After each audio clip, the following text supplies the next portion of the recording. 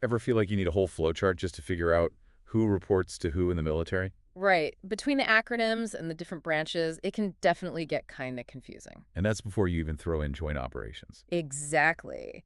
That's where things get really interesting. And that's exactly why we're diving into ADP 3.0 today. Our cheat sheet to understanding command and support relationships, Your guide to knowing who's calling the shots and how it all fits together, whether you're leading the charge or providing support. which is mission critical when you've got multiple branches working together. Absolutely. So, ready to jump in? Let's do it. Let's say we're looking at a major joint operation. Who's at the top making the big decisions? Besides the president, of course. Right. Well, we'll assume the commander-in-chief has given the green light. So, next in line, you've got your combatant commanders. Okay, so we're talking about the folks in charge of like CNCOM, UCOM. You got it. Each combatant commander has what we call COCOM, or combatant command, over their specific region. Think of them as the big bosses for their part of the world. They've got a lot of responsibility riding on their shoulders. Big time. They're responsible for everything that happens or doesn't happen on their watch. But they're not exactly micromanaging every troop movement in their entire area, are they? No way. That's where delegation comes in. They rely on joint task forces or JTFs for specific missions. So you've got Army, Navy, Air Force, Marines, all coming together under one umbrella for a specific objective. Precisely. It's about bringing the best from each branch to get the job done. Okay, so how does the Army specifically fit into that JTF structure? That's where your ARR4 comes in the Army force. Every JTF with Army units will have an AR4. So it's like their home base within that larger task force. Exactly. It's their team within the bigger team. And the AR4 commander, they're the ones calling the shots for all the Army personnel in that JTF. They're definitely a key player. Think of it more like they're the advocate for the Army within that joint environment. They're making sure the Army units have what they need to succeed, while also making sure they're aligned with the JTF commander's intent. I see, so there's definitely a balance there. We've already touched on COCOM a bit. Before we get any deeper into the AR4R, can we back up and unpack those different command relationships? What about OPCON and TICON? What's the difference? Great question. Because knowing the difference between those can be really important in the field.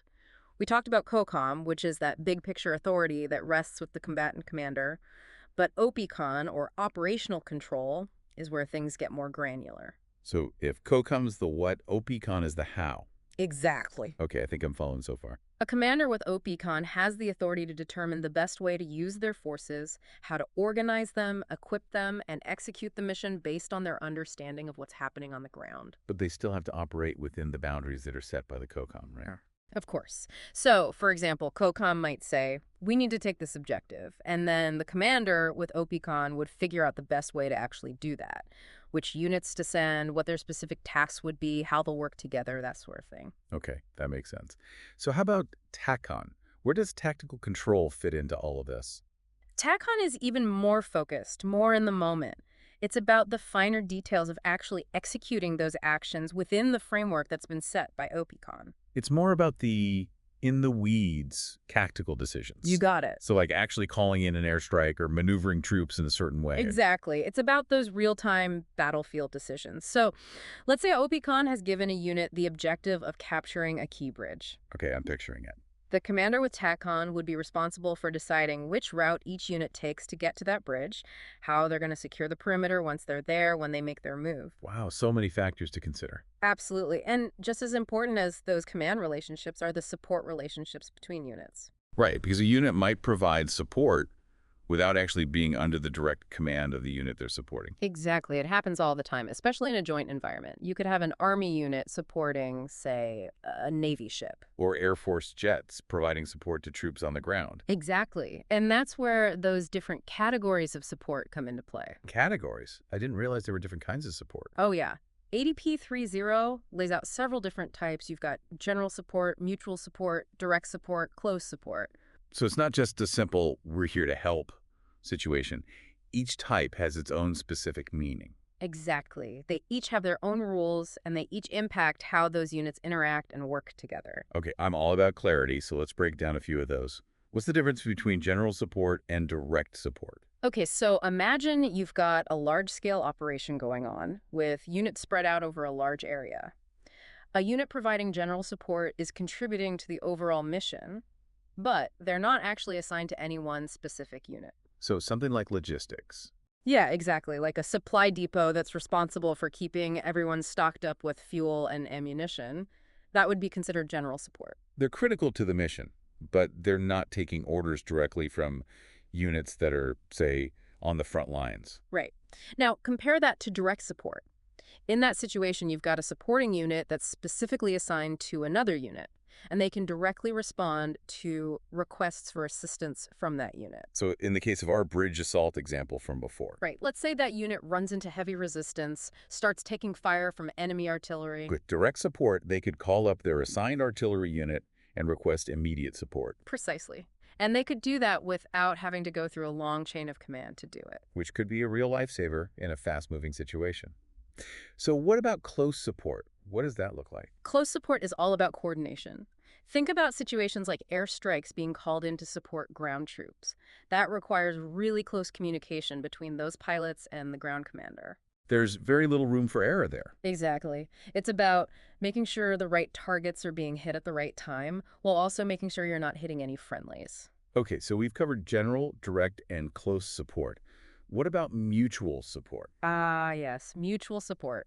That's basically when two units agree to support each other. Sort of a you scratch my back, I'll scratch yours kind of deal. Exactly. It usually happens because they're in close proximity to each other or they're facing a shared threat. So they're watching each other's flanks, maybe providing cover fire when needed, that kind of thing. It's all about teamwork. Knowing the unit next to you has your back. Exactly. And it highlights just how important it is to be aware of these different support relationships, even for people who aren't in command roles. It helps you understand how everything fits together, you know? How your piece of the puzzle contributes to the bigger picture. Exactly. So we've talked about these different categories of support, but it makes me think about the AR4 commander again. They're responsible for all the Army units operating within a JTF. What does that look like day to day? Well, it's a big job. Remember, they're the liaison between the Army's chain of command and that joint task force. So they need to be fluent in both languages, so to speak. Army structure and the joint world. Yeah, exactly. They're reporting up to the JTF commander, but also advocating for their Army units. And making sure their needs are met. Right, and not just in terms of, like, bullets and beans. There's a lot more to it than just keeping them supplied. Oh, absolutely. You've got to think about personnel issues, coordinating medical support. Making sure everyone's equipped and ready to fight. It's a huge responsibility. It really is. It's like running a small city, but in the middle of a combat zone. They've got force protection to think about, sustainment, communication. All while making sure their units are ready to execute whatever the JTF commander throws their way. You got it. It's a tough job. Sounds like it takes a pretty unique skill set. Definitely. You need someone with that big picture awareness of the entire operation, but also they can't lose sight of what their soldiers need on the ground. It's a delicate balance. It is. This has been really eye-opening. I'll admit, I always thought of ADP 3.0 as a pretty dry read. Yeah, it's not exactly beach reading material. But seeing how critical these concepts are, even for those of us who aren't on the front lines, Yeah. it really puts things into perspective. I agree, because whether you're planning a joint operation or just trying to brush up on your doctrine, understanding these relationships just makes you a more effective leader. It's like having a roadmap to help you navigate the world of joint operations. Exactly. And the better you understand that roadmap, the more prepared you'll be to face those challenges. And ultimately, achieve that mission success. Couldn't have said it better myself. Well, that about wraps up our deep dive into ADP 3.0. Hopefully this has given you a better understanding of how command and support relationships really function in a joint environment. And just remember, this is just the tip of the iceberg. If you're looking for more details, Which you should be. definitely, then grab yourself a copy of ADP 3.0 and dig in. It's well worth your time. Absolutely. Mhm. Until next time.